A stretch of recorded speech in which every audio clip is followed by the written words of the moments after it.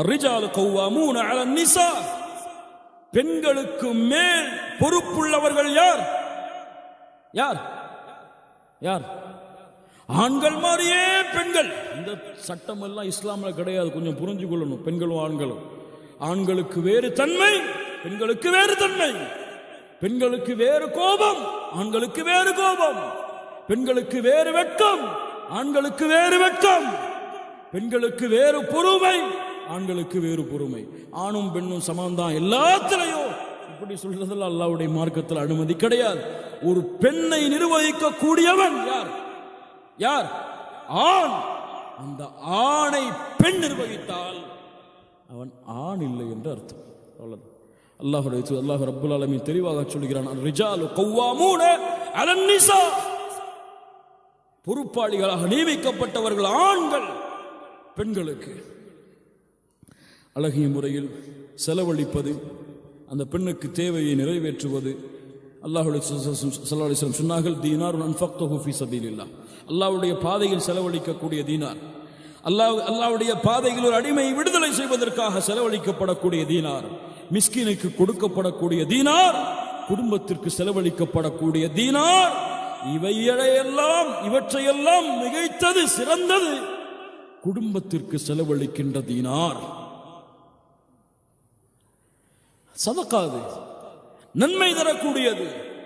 மனைவிக்கு ஏதாவது பொருட்களை வாங்கி கொடுப்பது அல்லாஹ் நன்மையாக ஆக்கிய காரியம். அதுபோன்று பெண்கள் ஆண்களிடத்திலே ஏதாவது நல்ல செயல்களுக்கு, இடங்களுக்கு போக அனுமதி கேட்டால் அனுமதி கொடுக்க வேண்டும். நான் ஆம்புலங்கிறதுக்காக மறுக்கலாம் கூடாது. அல்லாஹ்வுடைய ஸல்லல்லாஹு அலைஹி வஸல்லம் சொன்னார்கள், பெண்களை பள்ளியை விட்டு ஆண்கள் தடுத்த பொழுது அல்லாஹ்வுடைய ஸல்லல்லாஹு அலைஹி வஸல்லம் கூறியதாக சஹாபிய பெண்மணிகள் சொன்னார்கள், லா தம்னஉ இமா அல்லாஹி மசாஜித் அல்லாஹ். அல்லாஹ்வுடைய பள்ளிகளில் இருந்து உங்களுடைய பெண்களை நீங்கள் தடுக்காதீர்கள். நல்ல செயல்பாடுகள், மார்க்க விஷயங்களுக்கு கலந்து கொள்ள அனுமதி கேட்டால் அந்த அனுமதியை கணக்கில் கொண்டு அனுமதி கொடுப்பது அல்லாஹ்வுடைய தூதருடைய வழிமுறை. அல்லாஹ்வுடைய தூதர் ஸல்லல்லாஹு அலைஹி வஸல்லம் வீட்டிலே என்ன செய்வார்கள்? வீட்டிலே வேலை செய்வார்கள். قالت كان يكون في مهنة أهله. குடும்பத்தாருடைய வேலையில் ஈடுபடுவார்கள். تعني خدمة أهله. فإذا حضرت الصلاة خرج إلى الصلاة. தொழுகையின் நேரம் வந்தால் கிளம்பி விடுவார்கள். அதுவரை தங்களுடைய ஆடைகளை தைப்பார்கள், தங்களுடைய செருப்புகள் அருந்திருந்தால் அதை தைப்பார்கள், மனைவிக்கு சமையலிலே உதவி செய்வார்கள். இது போன்ற செயல்பாடைத்தான் அல்லாஹ்வுடைய தூதர் ஸல்லல்லாஹு அலைஹி வஸல்லம் செய்து கொண்டிருந்தார்கள். அல்லாஹ்வுடைய தூதருடைய அந்த அன்பை பாருங்கள். கணவன் மனைவியுடைய உறவில் குன்து அக்தஸிலு அன வ ரசூலுல்லாஹ் மின் இனாஇன். ஒரே பாத்திரத்திலே நானும் அல்லாஹ்வுடைய தூதரும் ஒன்றாக சேர்ந்து குளித்தோம். ஆயிஷா ரலியல்லாஹு அன்ஹா சொல்கிறார்கள், ஒரே நேரத்திலே கணவன் மனைவி குளிப்பது சுன்னத். எவ்வளவு அழகிய அன்பை, பாசத்தை வெளிப்படுத்தக்கூடிய முறையை அல்லாஹ்வுடைய மார்க்கம் கற்றுக் கொடுக்கிறது பாருங்கள். இன்னும் ஒரே ஒரு சுன்னாவை கற்றுக் கொடுக்கவா? ஆயிஷா ரலியல்லாஹு அன்ஹா சொன்னார்கள், அல்லாஹ்வுடைய தூதர் அன்னன் நபிய ஸல்லல்லாஹு அலைஹி வஸல்லம் قبل امرأة من نسائه ثم خرج إلى الصلاة ولم يتوضأ.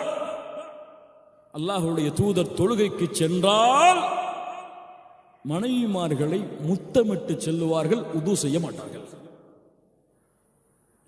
தொழுகைக்கு செல்லும் பொழுது மனைவியிடத்திலே அன்பை பரிமாறி செல்லுதல் சுன்னத்.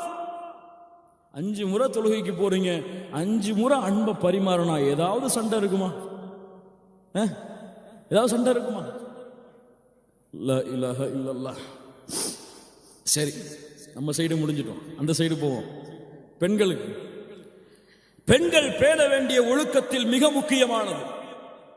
அல்லாஹ் ரப்புல் ஆலமீன் சொல்லுகிறான், யா அய்யுஹன் நபி குல் லி அஸ்வாஜிக வ பனாதிக வ நிசாஇல் முஃமினீன். மனைவிமார்களுக்கு, உங்களுடைய பெண் பிள்ளைகளுக்கு, மூமினான பெண்களுக்கு சொல்லுங்கள், யுத்னீன அலைஹின்ன மின் ஜலாபிபிஹின். தங்களுடைய முந்தானைகளை கொண்டு தங்களுடைய உடல் அழகை போர்த்திக் கொள்ளட்டும். குல்லில் முஃமினாத்தி வ குல்லில் முஃமினாத்தி யக்துல்ன மின் அப்சாரிஹின்ன வ யஹ்ஃபظن ஃபுரூஜஹுன்ன வ லா யுப்தீன ஸீனத்தஹுன்ன இல்லா மா ظஹர மின்ஹா. பெண்கள் தங்களுடைய பார்வையை தாழ்த்திக் கொள்ளட்டும், கணவன் அல்லாதவர்களை தவிர வேறை ஒருவரை பார்க்க கூடாது. கணவனுக்கு முன்னாடியே டிவியில உட்கார்ந்து பாலிவுட்டையும் ஹாலிவுட் நடிகர்களையும் பார்க்கிறத கூச்சம் இல்லாம அந்த கணவன் ஏற்றுக்கொள்றான்னு சொன்னா அதை பார்த்து பார்வையை தாழ்த்திக் கொள்ளட்டும், கற்பை பாதுகாத்துக் கொள்ளட்டும், அலங்காரங்கள் அனைத்தையும் மறைத்துக் கொள்ளட்டும். அல்லாஹ்வுடைய சொன்னார்கள், சின்ஃபானி மின் அஹ்லின் நார், இரண்டு கூட்டத்தார்கள் நரகவாதிகள் பார்த்ததில்லை.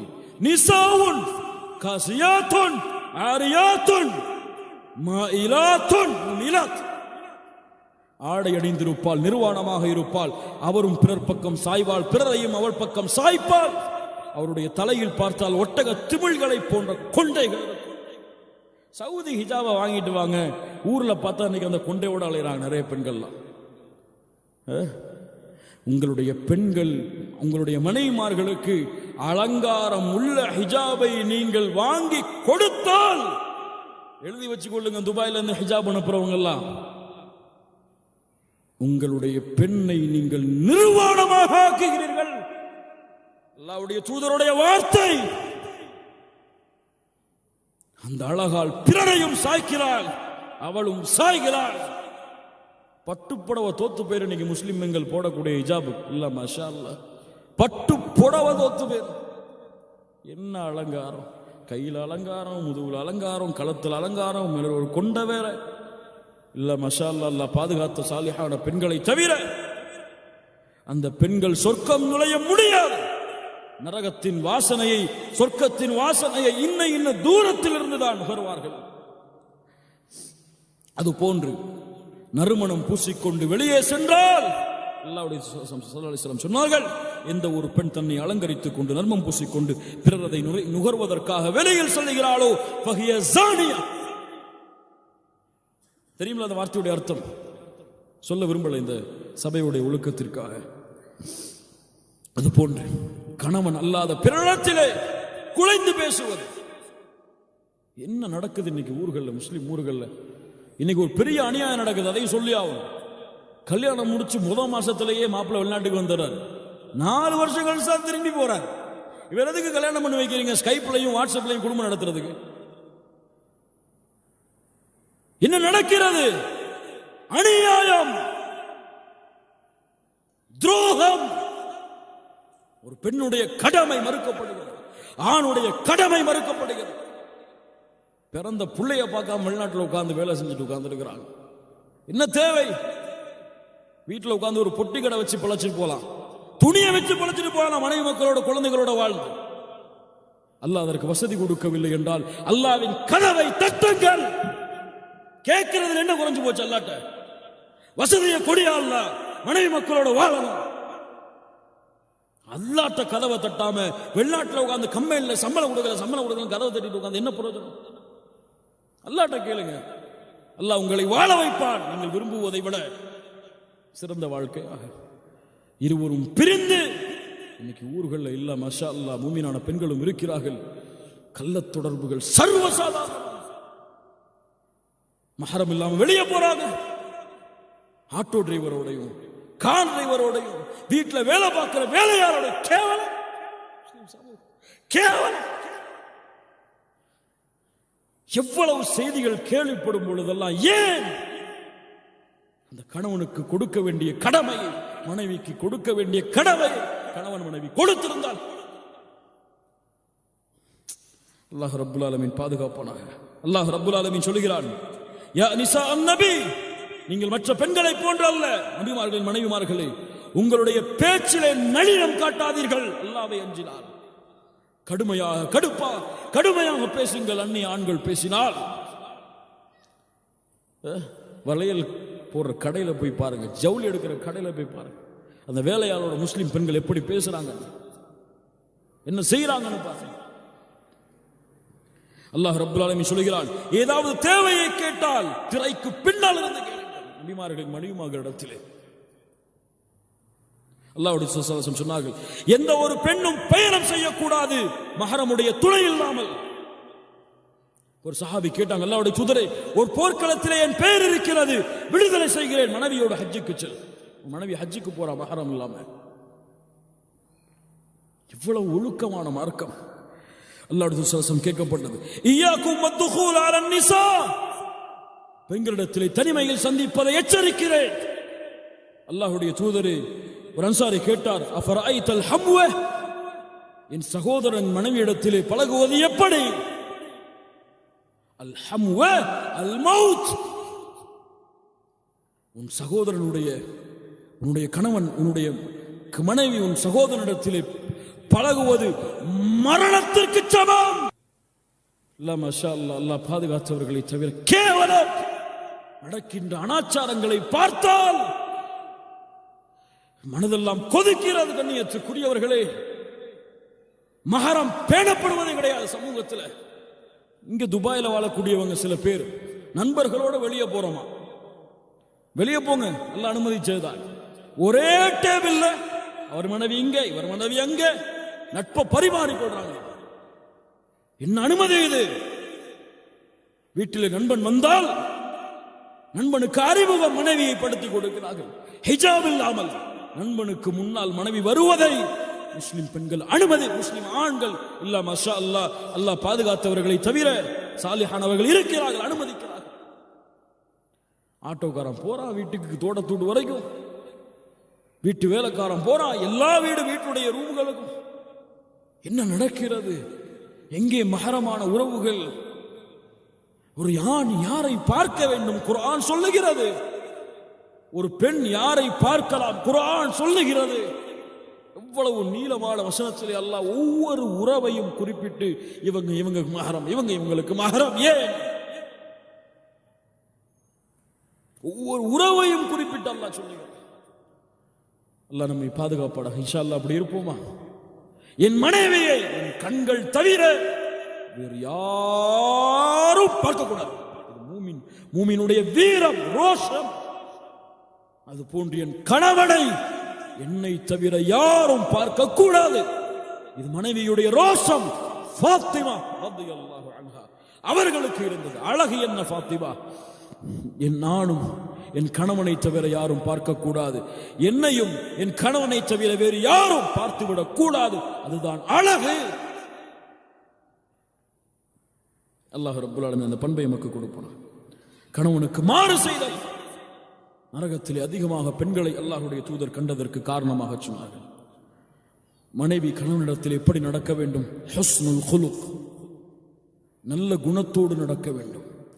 கணவனுக்கு மரியாதை கொடுக்க வேண்டும். அழகிய வார்த்தைகளை கொண்டு கணவனிடத்திலே பேச. ஆபீஸ் போயிட்டு கணவன் வருவார், இல்ல மஷா அல்லாஹ் எல்லாரையும் சொல்லல, அப்பதான் கதவை தட்டுவாங்க. கணவன் கஷ்டப்பட்டு 10 வருஷம் கல்யாணம் பண்ணி இருக்கிறவங்க எல்லாம் மாஷா அல்லாஹ் ரொம்ப மரியாதையா இருப்பாங்க. இல்ல மாஷா அல்லாஹ், அல்லாஹ் பாதுகாத்தவர்களை தவிர. அதுக்கு போச்சுன்னா மனைவி உட்கார்ந்து நாடகத்தை பார்த்துட்டு உட்கார்ந்துருப்பாங்க. கதவை தட்டுவார் கணவன், வந்துட்டாரு போய் துறமா அப்படிமாங்க பிள்ளைய போட்டு. என்ன வார்த்தைகள் இதெல்லாம், என்ன வார்த்தைகள் இதெல்லாம். ஹூருல் ஈன் பெண் தெரியுமா? தெரியுமா உங்கள் ஆண்களுக்கு தெரியுமா? யார் அவர்கள்? சொர்க்கத்தின் எமது மனைவிமார்கள். கணவன் கதவை தட்டி உள்ள வருவா, முதோ பாப்பாங்க, 2 மனைவி நிப்பாங்க, சொல்லுவாங்க அல்ஹம்துலில்லாஹில்லதி அஹ்யானா அஹ்யாக லனா வஹ்யானா லக். எமக்காக உங்களை படைத்த, உங்களுக்காக எம்மை படைத்த அல்லாஹ்வுக்கே எல்லா புகழும். அவர் சொல்லுவார் இந்த வார்த்தையை கேட்ட பயக்கத்தில், என்ன மாதிரி சொர்க்கத்தில் யாருமே கிடையாதுன்னு. அவர் தான் சொர்க்கத்தில் கடைசி தரம். வார்த்தையில் மயங்கி விடுவார். மனைவிக்கு அந்த ஈர்ப்பு, அந்த சக்தியை அல்லாஹ் கொடுத்திருக்கிறார். கணவனை எப்படி வேண்டுமானாலும் மாற்றுவார் மனைவி தன் வார்த்தையை கொண்டு. இரண்டாவது, அந்த கணவனுடைய வாழ்வை பொருந்திக் கொள்ளுதல். இன்னைக்கு பல பெண்கள்கிட்ட கிடையாது. நேற்று ஏழையாக இருந்திருப்பான் கணவன், இன்று அல்லாஹ் செல்வந்தவனாக ஆக்கியிருப்பான். எத்துணை செல்வந்தவர்கள் ஏழையாக மாறி இருக்கிறார்கள், நோயாளியாக மாறியிருப்பான், உடல் வலிமை இல்லாமல் மாறியிருப்பார். ஆனால் ஒவ்வொரு முறையும் நிலைமையும் கவனிக்கக்கூடிய முறையும் அவர் மாறுவதற்கு ஏற்ப மாறிக்கொண்டே இருக்கும். இல்ல மாஷா அல்லாஹ் பாதுகாத்த பெண்களை தவிர ஹதீஜா ரலியல்லாஹு அன்ஹா செல்வந்த பெண்மணி. அல்லாஹ்வுடைய தூதர் ஸல்லல்லாஹு அலைஹி வஸல்லம் அவர்களை உலக மக்கள் புறக்கணித்த பொழுது அரவணைத்தார்கள். உலகம் விரட்டிய பொழுது ஏற்றுக்கொண்டார்கள். அதனால் எந்த நிலையிலும் அபூ தாலிப் என்ற பள்ளத்தாக்கிலே அல்லாஹ்வுடைய தூதரோடு இளைத்தலைகளை செல்வந்த பெண் சாப்பிட்டு வளர்ந்தார்கள். ஹதீஜா ரலியல்லாஹு அன்ஹா அந்த பெண்ணுடைய நேசத்தை அல்லாஹ்வுடைய தூதர் என்றும் மறக்கவில்லை. மதீனாவிற்கு வந்த பிறகு கூட ஆடுகள் அறுத்தால் ஹதீஜா ரலியல்லாஹு அன்ஹாவுடைய நண்பி தோழிகளுக்கு அல்லாஹ்வுடைய தூதர் அனுப்பி விடுவார்கள். சுப்ஹானல்லாஹ். அந்த ரீதா, என் கணவனை நான் பொருந்திக் கொள்கிறேன், அவன் நோயோடு இருந்தாலும் பொருந்திக் கொள்வேன், செல்வந்தவனாக இருந்தாலும் பொருந்திக் கொள்வேன், எதை கொடுத்தாலும் கொடுக்கவில்லை என்றாலும் என் கணவனை முழுவதுமாக பொருந்திக் கொள்கிறேன். மூன்றாவது கட்டுப்படுதல். அல்லாஹ்வுடைய தூதர் ஸல்லல்லாஹு அலைஹி வஸல்லம் சொன்னார்கள், சஜிதா செய்வதை அல்லாஹ்வுடைய தூதர் தடை செய்தார்கள். ஒரு ஆணுக்கோ ஒரு பெண்ணுக்கோ சஜிதா செய்யக்கூடாது. அல்லாஹ்வுடைய தூதருக்கு முஆத் இப்னு ஜபல் சிரியாவில் இருந்து வந்த பொழுது சஜிதா செய்தார்கள். மரியாதைக்காக அல்லாஹ்வுடைய தூதர் தடுத்தார்கள், முஆதை செய்யக்கூடாது. ஒருவேளை சஜிதா செய்வதை அனுமதித்திருந்தால் மனைவியை கணவனுக்கு சஜிதா செய்ய அனுமதித்திருப்பேன். என்ன தரஜா, கணவனுடைய தரஜா. அல்லாஹ் ரப்புல் ஆலமீன் இதை புரிந்து கொள்ளக்கூடிய பாக்கியத்தை கொடுப்பானாக. ஒரு பெண் 5 நேரம் தொழுது, ரமதான் மாதம் நோன்பு வைத்து, கற்பை பாதுகாத்து, வஅதாத் ஸௌஜஹா கணவனுக்கு கட்டுப்பட்டால் அந்த பெண் அழைக்கப்படுவாள். சொர்க்கத்தின் எந்த வாசலின் வழியாக நுழைய வேண்டுமோ நுழைந்து கொள். லா இலாஹ இல்லல்லாஹ். ஆனால் அல்லாஹ் தடுத்ததை உங்கள் கணவன் ஏவினால், நீ ஃபங்க்ஷனுக்கு வரும்போதெல்லாம் ஹிஜாபு போடக்கூடாது. நீ முஸ்லீம் பெண்களுக்கு சில முஸ்லீம் ஆண்கள் சொல்லக்கூடியதுன்னா, ஃபங்க்ஷனில் எல்லாரும் சேரி உடுத்துட்டு வராங்க, நீ என்ன மஹரம் பெண்ற, தம்பிக்கு முன்னாடி ஹிஜாப் போடாமல் வர மாட்டேங்கிற. லா இலாஹ இல்லல்லாஹ். கட்டுப்படலாமா? கட்டுப்படக்கூடாது. அல்லாஹ்வின் விஷயத்திலே கணவனுக்கு ஃபஜ்ர் தொழாதமா, நீனு உனக்கு தொழ அனுமதிக்க மாட்டேன் கேட்பீங்களா? ஹிஜாபுக்கு அந்த தரம் கிடையாதா?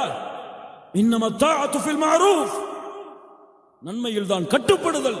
அல்லாஹ் தடுத்த விஷயத்திலோ அல்லாஹ்வுடைய தூதர் தடுத்த விஷயத்திலோ கட்டுப்படக்கூடாது. உயிரை சொன்னார். அவர்கள் தான் தியாக வீர பெண்மணிகள்.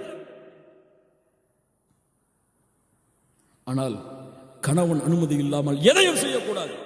மனைவி அல்லாஹ்வுடைய தூதர் ஸல்லல்லாஹு அலைஹி வஸல்லம் சொன்னார்கள், லா யஹில்லு லிம்ராஅத்தின் அன் தஸூம வ ஸௌஜுஹா ஷாஹிதுன் இல்லா பிஇذنஹி.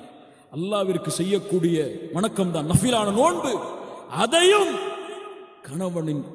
கணவன் ஆஜராக இருக்கும் பொழுது அவனுடைய அனுமதி இல்லாமல் நஃபிலான நோன்பை கூட வைக்கக்கூடாது. அந்த கணவனின் அனுமதி வேண்டும். வீட்டிலே தங்கியிருத்தல் கணவனுடைய அனுமதியோடு, அந்த கணவன் குடும்பத்தை முழுவதுமாக கவனித்தல், அந்த கணவன் அழைத்தால் அந்த அழைப்பிற்கு பதில் கொடுத்தல், இல்லை என்றால் காலை வரை சபித்துக் கொண்டு இருப்பார்கள் மலக்குமார்கள். கணவனுக்கு நோவினை கொடுத்தால், கணவனை துன்புறுத்தினால், கொடுமைப்படுத்தினால், ஹூரின் பெண்கள் சொல்லுவார்கள், அந்த கணவனின் மனைவிமார்கள் சொர்க்கத்திலே, காத்தலக்கில்லாஹ், அட பெண்ணே, அல்லாஹ் உன்னை அழிக்கட்டும், தற்காலிக வாழ்க்கைக்கு உனக்கு கொடுக்கப்பட்டிருக்கிறார், எப்படி என் கணவனை அடிப்பாய், எப்படி என் கணவனுக்கு நோவினை கொடுப்பாய் என்று ஹூரின் பெண் சொல்லுவாளாம்.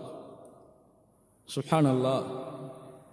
அல்லாஹ்வுடைய தூதர் ஸல்லல்லாஹு அலைஹி வஸல்லம் சொன்னார்கள், ஐயும்ராத்தின், கேளுங்கள் கொஞ்சம் பெண்களே, மாதத் வஸௌஜுஹா அன்ஹா ராதின் தഖலத்தில் ஜன்னத், எந்த ஒரு பெண் கணவனின் பொருத்தத்தோடு மரணமாகிறாளோ அவள் சொர்க்கம் செல்லுவாள். சுப்ஹானல்லாஹ். இப்ப கணவன் உங்கள் மீது கோபத்தோடு இருக்கும் பொழுது மரணமானால், கணவனோடு சண்டை போட்டு நீங்கள் கணவனோடு வெறுப்பில் இருக்கும் பொழுது அல்லாஹ் உங்களுடைய மரணத்தை கொடுத்து விட்டால் எங்கே போவீர்கள்? அல்லாஹ் ரப்புல் ஆலமீன் எமக்கு சிறந்த வாழ்வை அல்லாஹ் அளிப்பானாக. ஒரு 10 நிமிஷத்தில் ஒரு சுருக்கமான அறிவுரைகள், இதெல்லாம் ஒரு கணவன் மனைவி வாழ்க்கையுடைய ஒரு கன்க்ளூஷனா இதை எடுத்துக்கொள்ளுங்க, கொஞ்சம் ரிலாக்ஸ் ஆகிட்டு. ஒரு கணவன் மனைவி இடத்திலே என்ன எதிர்பார்க்கிறான்? சரியா? ஒரு கணவன் மனைவிடத்திலே என்ன எதிர்பார்க்கிறான்? முதல் எதிர்பார்ப்பு ரெஸ்பெக்ட். என்ன என்ன? மரியாதை. இந்த மரியாதை குறைவதை எந்த ஆணா இருந்தாலும் ஏற்றுக்கொள்ள மாட்டான். அப்படித்தானே? எல்லாம் ஏற்றுக்கொள்றீங்களா இல்லையா? கையை உயர்த்துங்க ஆஜரானவங்க. ஒரு சின்ன மரியாதை குறைஞ்சாலும் ஏத்துக்கவே மாட்டான். அப்போ நீங்க மரியாதையை கொடுத்தா என்ன வேணும்? என்ன கிடைக்கும் உங்களுக்கு? நீங்கள் மரியாதையை கொடுத்தால் அதற்கு பதிலாக அன்பு உங்களுக்கு கிடைக்கும். மரியாதையை கொடுக்கல, வெறுப்பை தவிர எதுவும் கிடைக்காது. கிவ் இட் அப் பாலிசி என்ன? நீங்கள் மரியாதை கொடுத்தால் அன்பு உங்களுக்கு அதற்கு பரிகாரமாக, அதற்கு மாற்றமாக கிடைக்கும். எதுல மரியாதை கொடுக்கணும்? முதல்ல கணவன் ஒரு டெசிஷன், ஒரு முடிவை எடுத்தால் அதை மதியுங்கள், அதை மதியுங்கள். கணவனுடைய அந்த முடிவை குறை சொன்னால் கணவன் ஏற்றுக்கொள்ள மாட்டான். ஆண்களுக்கு இயற்கையா அந்த ஈகோ இருக்கு. ஈகோ, இவ என்ன சொல்றது நான் கேட்கிறேன். கொஞ்சம் விட்டு கொடுங்களேன். மனைவிமார்களை பார்த்து சொல்றேன். உதாரணமா, இங்க வர்றீங்க இந்த ப்ரோக்ராமுக்கு, வர்ற ஒரு வே வந்து வேற எங்கேயோ போறவே, உங்க கணவன் முடிவெடுத்துட்டார் அந்த வழியாகத்தான் போகணும்னு சொல்லி, மனைவியா நீங்க இருக்கீங்க, அந்த வழி தப்புன்னு சொல்லிட்டீங்க. இல்ல மஷா அல்லாஹ், அது நீங்க போறது என்னங்க வழி? இதெல்லாம் ஒரு வழியா? நான் சொல்றேன் அப்படி போங்க. அப்படி அந்த கணவனுடைய ஒரு தேர்ந்தெடுப்பை மாத்திட்டீங்க. கண்டிப்பா அவங்களுக்கு ஒரு பாசம்ங்கிறே வராது அந்த இடத்துல. அதுக்கு பதிலா போகட்டும், அவரே தவறு செஞ்சு திரும்பட்டும் அந்த வழியில இருந்துன்னு சொன்னா அவர் அந்த தவறை சமாளிக்கிறதுக்காக ஒரு பாசம் காட்டுவார். தவற நம்ம வழி தவறிட்டோம். ஒரு உதாரணத்துக்கு சொல்றேன், எல்லாத்தையும் நீங்க பொருத்தி பார்க்கலாம் உங்க வாழ்க்கையில. தவறை சமாளிக்கிறதுக்காக ஒரு பாசம் காட்டுவார். இப்படி அவருடைய தேர்ந்தெடுப்பு அனைத்தையும் சரிதான் சரிதான் சரிதான் அப்படின்னு விட்டுட்டீங்கன்னா மரியாதை கொடுக்கப்பட்ட காரணத்தால் பாசம் கிடைச்சுக்கிட்டே இருக்கும்.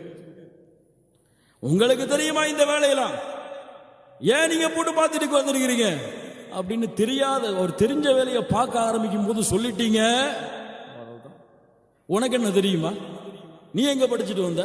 நான் படிக்காத படிப்பை நீ படிச்சுட்டு வந்த அப்படின்னு சண்டை ஆரம்பிச்சிடும். அவர் தவற உணரட்டும், அவரே வேற ஆளை கூட்டி பண்ண சொல்லுவார். அதனால முடிவிலே மரியாதை கொடுங்கள். அவருடைய தேர்ந்தெடுப்பில் சந்தேகம் கொள்ளாதீர்கள்.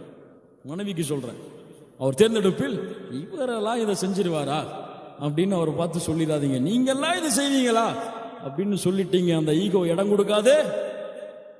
நீ என்ன சொல்றது என்கிட்ட அப்படிங்கிற ஒரு எண்ணம் அதுவாக வந்து அந்த பாசத்தை தடுத்து விடும். அவருடைய அந்த ஈகோவை ஜெயிக்க விடுங்க. அந்த பாசம் உங்களுக்கு பரிமாறமாக கிடைக்கும். அதுபோன்று கணவனுடைய மரியாதை குறையும் வகையாக வேறு யாருக்கு முன்னாலும் பேசிவிட்டால் கணவன் உங்களுக்கு பாசத்தை தரமாட்டான். அந்த உறவு சரியான உறவாக இருக்காது. கணவனின் மரியாதையை எல்லா இடத்திலும் நிரூபியுங்கள். ஒரு சின்ன வேலை செஞ்சிருப்பார், அதை புகழுங்க. நேத்து எங்க வீட்டுக்காரரு எனக்கு பாத்திரம் கழுவி கொடுத்தாருமா அப்படின்னு சொல்லுங்க. அடுத்த நாள் அவராவே பாத்திரம் கழுவி கொடுப்பார். அவருக்கு துவைக்க கூட தெரியாது அப்படின்னு சொல்லிட்டீங்கன்னா துணி பக்கமே போக மாட்டார். அது மாதிரி அவருடைய மரியாதையை கண்ணிய